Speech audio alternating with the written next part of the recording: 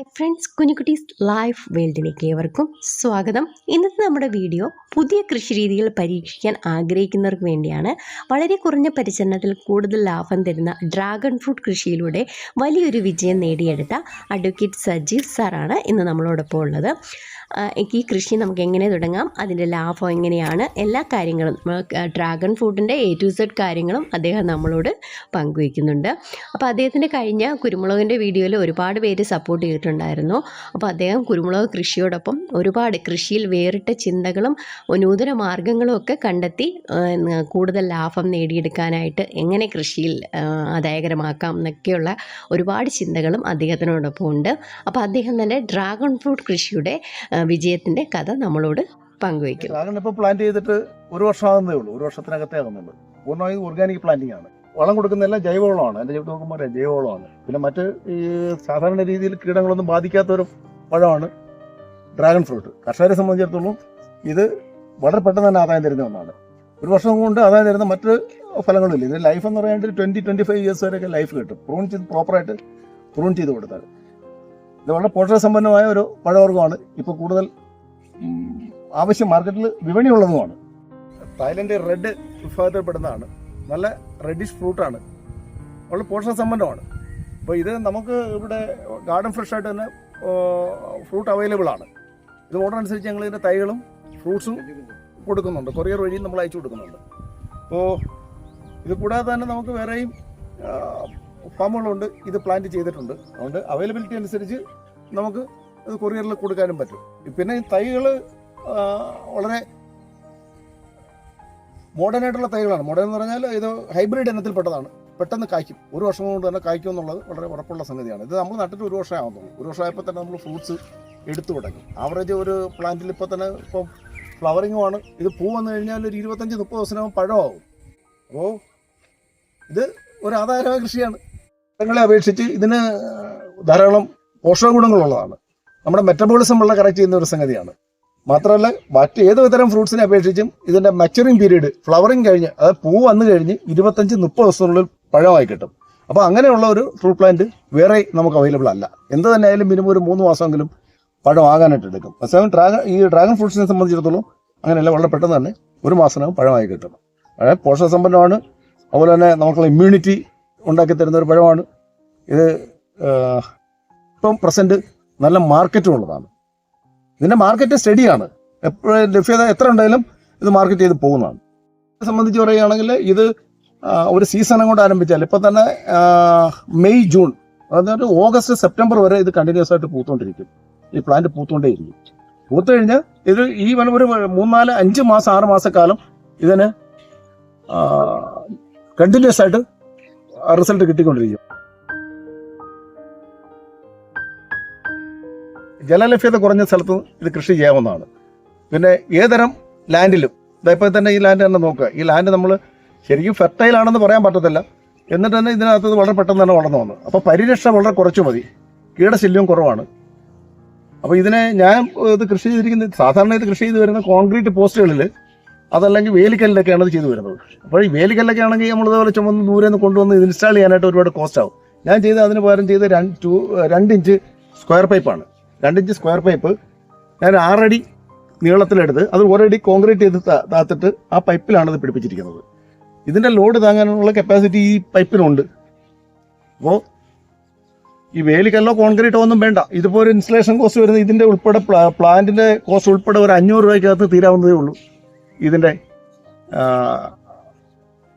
Installation cost ഒരു plant ചെയ്യാനുള്ള cost 500-550 രൂപയ്ക്കകത്ത് തീരും. ഫസ്റ്റ് ഇയറിൽ തന്നെ ഏകദേശം ആ കോസ്റ്റ് പേ ബാക്ക് ചെയ്യും. പിന്നെ മെയിൻ്റനൻസ് എന്ന് പറയാൻ വളം ഇട്ട് കൊടുക്കുക, പീരിയോഡിക്കലായിട്ട് വളം ഇട്ട് കൊടുക്കുക. പിന്നെ നല്ല വരൾച്ചയുള്ള സമയത്ത് ആഴ്ചയിൽ ഒരിക്കൽ വെള്ളം കൊടുത്താൽ നന്നായിരിക്കും. വെള്ളം കൊടുത്തില്ലെങ്കിലും കുഴപ്പമൊന്നുമില്ല, വെള്ളം കൊടുത്താൽ നന്നായിരിക്കും, പ്ലാന്റ് ഹെൽത്തി ആയിരിക്കും. ഇതിപ്പോൾ വന്ന് പ്ലാന്റ് 1 ഇയറേ ആയുള്ളൂ, പ്ലാന്റ് ഹെൽത്തി ആയില്ല. എന്നിട്ട് കൂടി നമുക്ക് ആവറേജ് 400 ഗ്രാമിൽ മേപ്പോട്ടുള്ള ഫ്രൂട്ട്സുകൾ കിട്ടി. മറ്റ് കൃഷികളെ അപേക്ഷിച്ച് പെട്ടെന്ന് ആദായം തരുന്ന ഒന്നാണ് ഈ ഡ്രാഗൺ ഫ്രൂട്ട്സിൻ്റെ കൃഷി എന്ന് പറയുന്നത്. ഇപ്പോൾ റബ്ബറൊക്കെ ആണെങ്കിൽ ഒരു 6 വർഷം 5 വർഷം 6 വർഷമൊക്കെ നമ്മൾ 7 വർഷം 7-ാം വർഷം അതായത് ടാപ്പ് ചെയ്യാൻ പറ്റുള്ളൂ. അപ്പോൾ ടാപ്പ് ചെയ്യാൻ പറ്റുമെന്ന് പറഞ്ഞാൽ അതിന് ലേബേഴ്സിനെ കിട്ടണം, ക്ലൈമാറ്റിക് ഘടകങ്ങളുണ്ട്. പിന്നെ കണ്ടിന്യൂസ് കിട്ടുന്നു എന്ന് പറഞ്ഞാൽ ഒരു 120 ദിവസം 130-150 ദിവസത്തിൽ കൂടുതലൊന്നും അതിന് ടാപ്പിംഗ് നടക്കത്തില്ല. അത് ഒരു റബ്ബർ കിട്ടുന്നതിൻ്റെ അത്ര അകലം വേണ്ട ഇതിന് നിൽക്കാൻ. റബ്ബറിന് അത്ര പരിചരണയും വേണ്ട. റബ്ബറിന് ഒരു 15 to 20 ഇയേഴ്സ് കിട്ടുമ്പോൾ ഇത് 25 ഇയേഴ്സ് വരെ റിട്ടേൺ കിട്ടും. അപ്പോൾ ഒരു പ്ലാന്റിൽ ഹെൽത്തി പ്ലാന്റ് ആണെങ്കിൽ ഒരു 40 ഫ്രൂട്ട്സ് 500 ഗ്രാമിൽ മേപ്പോട്ടുള്ള കിട്ടുന്നുണ്ട്. 20 കിലോ കിട്ടിയാൽ പോലും ആ 100 രൂപ വെച്ചിട്ടാണെങ്കിൽ ഒരു പ്ലാന്റിൽ നിന്ന് 2000 രൂപയുടെ വാർഷിക ആദായം മിനിമം കിട്ടും. അപ്പോൾ ഡ്രാഗൺ ഫ്രൂട്ടിന്റെ മാർക്കറ്റിനെ പറ്റിയുള്ള ബോധറൈസേഷൻ വേണ്ട. സൂര്യപ്രകാശം ആവശ്യമാണ്, വെയിൽ വേണം. വെയിലില്ലാത്തിടത്ത് നല്ല ഫ്രൂട്ട്സ് കിട്ടത്തില്ല, പ്ലാന്റ് നന്നായി വളരത്തില്ല, ഇല്ല അതിന്റെ ലീഫിന് ഹെൽത്ത് കാണത്തില്ല. വളരെ നാരോ, വളരെ മെലിഞ്ഞ ലീഫുകളായിരിക്കും. ലീഫിന്റെ വണ്ണം അനുസരിച്ചാണ് ഫ്രൂട്ട്സിന്റെ കനം വരുന്നത്, വലിയ വലിയ ഫ്രൂട്ട്സുകൾ കിട്ടുന്നത്. അത് വേണമെങ്കിൽ കണ്ടിന്യൂസ് വെയിൽ വേണം. ഈ പ്ലാന്റിന്റെ വളം ഞാൻ കൂടുതലും ജൈവവളമാണ് ഉപയോഗിക്കുന്നത്. ചാണകപ്പൊടി, ആട്ടിൻ കാഷ്ടം മുതലായ ജൈവവളങ്ങളാണ് ഉപയോഗിക്കുന്നത്.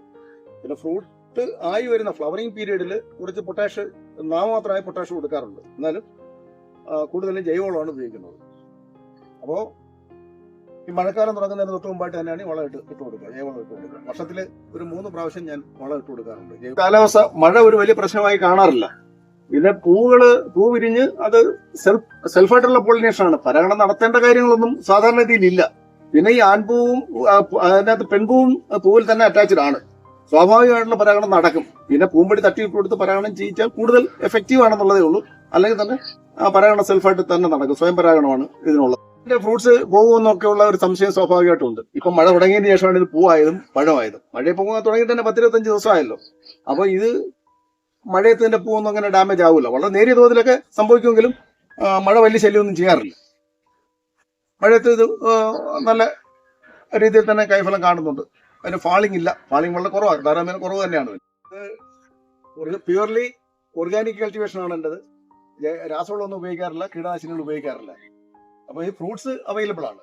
ആവശ്യക്കാർക്ക് കൊറിയറിലും ഫ്രൂട്ട്സ് അയച്ചു കൊടുക്കും. അതുപോലെ തന്നെ ഇതിന്റെ തൈകളും ലഭ്യമാണ്. തൈകൾ നട്ടാൽ 1 വർഷത്തിനകം പഴം കിട്ടുന്ന കായ്ക്കുന്ന തൈകൾ എൻ്റെ കയ്യിലൂടെ ലഭ്യമാണ്. ആവശ്യക്കാർക്ക് കൊറിയറിലും അയച്ചു കൊടുക്കും. ഫ്രൂട്ട്സ് വന്നു കഴിഞ്ഞാൽ അതിന്റെ ബ്രാഞ്ചസ് പിന്നെ അടുത്ത വർഷത്തേക്ക് ആദ്യം പിന്നെ പൂ മുട്ട് വരില്ല. അപ്പോൾ ആ പഴകിയ ബ്രാഞ്ച് കട്ട് ചെയ്ത് മാറ്റിയിട്ട് പുതിയതിലാണ് വരിക. അപ്പോൾ ഒരേ സീസൺ കഴിയുന്നതോറും ഈ പഴകിയ ബ്രാഞ്ച് കട്ട് ചെയ്ത് കളയണം. അപ്പോൾ പുതിയ ബ്രാഞ്ച് വരുമ്പോഴത്തേക്കാണ് അടുത്ത സീസണിൽ ഫ്രൂട്ട്സുകൾ ഉണ്ടാകുന്നത്. ഈ ഡ്രാഗൺ ഫ്രൂട്ട്സിന്റെ കൃഷി വലിയ പരിചരണം ആവശ്യമില്ലാത്തതാണ്. ഒരു ഇനിഷ്യൽ ഇൻവെസ്റ്റ്മെന്റ് ഉണ്ടാവും എന്നുള്ളതല്ലാതെ വലിയ പരിചരണമൊന്നും ആവശ്യമില്ല. ഒരു ഏക്കറിൽ ഏകദേശം ഒരു 500-600 പ്ലാന്റ് വരെ പ്ലാന്റ് ചെയ്യാൻ പറ്റും. ആവറേജ് ഒരു 500 പ്ലാന്റ് കുട്ടികൾ തന്നെ 500 പ്ലാന്റ് വരെ ഒരു ഏക്കറിൽ ഇത് ആവശ്യമുള്ള ഡിസ്റ്റൻസ് കൊടുത്ത് പരസ്പരം ഒരു 7 മീറ്റർ ഗ്യാപ്പ് കൊടുത്തിട്ട് ചെയ്യുകയാണെങ്കിൽ അത് 500-600 കൂടെ പ്ലാന്റ് ഒരു ഏക്കറിൽ ചെയ്യാൻ പറ്റും. എൻ്റെ പേര് ഉണ്ണികൃഷ്ണൻ. ഞാൻ സജി സാറിൻ്റെ ഫാം കാണാനായിട്ട് വന്നതാണ്. അപ്പോൾ നമ്മൾ വന്നപ്പോൾ തന്നെ നമുക്ക് അതിശയിപ്പിക്കുന്ന ഒരു സംഭവം ഉണ്ടായെന്ന് പറയുന്നത് ഈ ഡ്രാഗൺ ഫ്രൂട്ട് അതിൻ്റെ ഫലം എടുത്തുകൊണ്ടിരിക്കുകയാണ്. അത് നമ്മൾ പറിച്ച് നമുക്ക് തരികയും നമ്മൾ ടേസ്റ്റ് ചെയ്യുകയും ചെയ്തു. നല്ല നാടൻ സാധനമാണ്. രാസവളമില്ലാത്ത ജൈവവളം മാത്രം ഉപയോഗിച്ചുകൊണ്ട് ചെയ്തതാണ്. നല്ല കഴിക്കാൻ നല്ല ടേസ്റ്റ് ഉണ്ടായിരുന്നു. തീർച്ചയായിട്ടും നമ്മൾ കണ്ടു. നമുക്കത് വളരെയേറെ താല്പര്യം നമുക്കുണ്ടായിട്ടുണ്ട്. പിന്നെ നമ്മൾ ഈ അടയ്ക്കയുടെ തൈ നോക്കാനാണ് നമ്മൾ വന്നത്. അതുപോലെ കുരുമുളക് അടക്കിയിട്ടിട്ട് കുരുമുളക് ഇടുന്നതിനെ സംബന്ധിച്ച് സാറിന്റെ അറിവ് നമുക്ക് പകരാൻ വേണ്ടിയിട്ടാണ് നമ്മൾ വന്നത്. തീർച്ചയായിട്ടും നല്ല അനുഭവമായിട്ടാണ് കാണുന്നത്. വളരെ ഉപയോഗിക്കാറില്ല, രാസവളങ്ങൾ തൊലവും ഉപയോഗിക്കാറില്ല. ഫ്രൂട്ട്സ് ആവശ്യമുള്ളവർക്ക് കൊറിയറായിട്ട് നമ്മൾ അയച്ചു കൊടുക്കും. തൈ ആവശ്യമുള്ളവർക്കും നമ്മൾ എത്തിച്ചു കൊടുക്കും.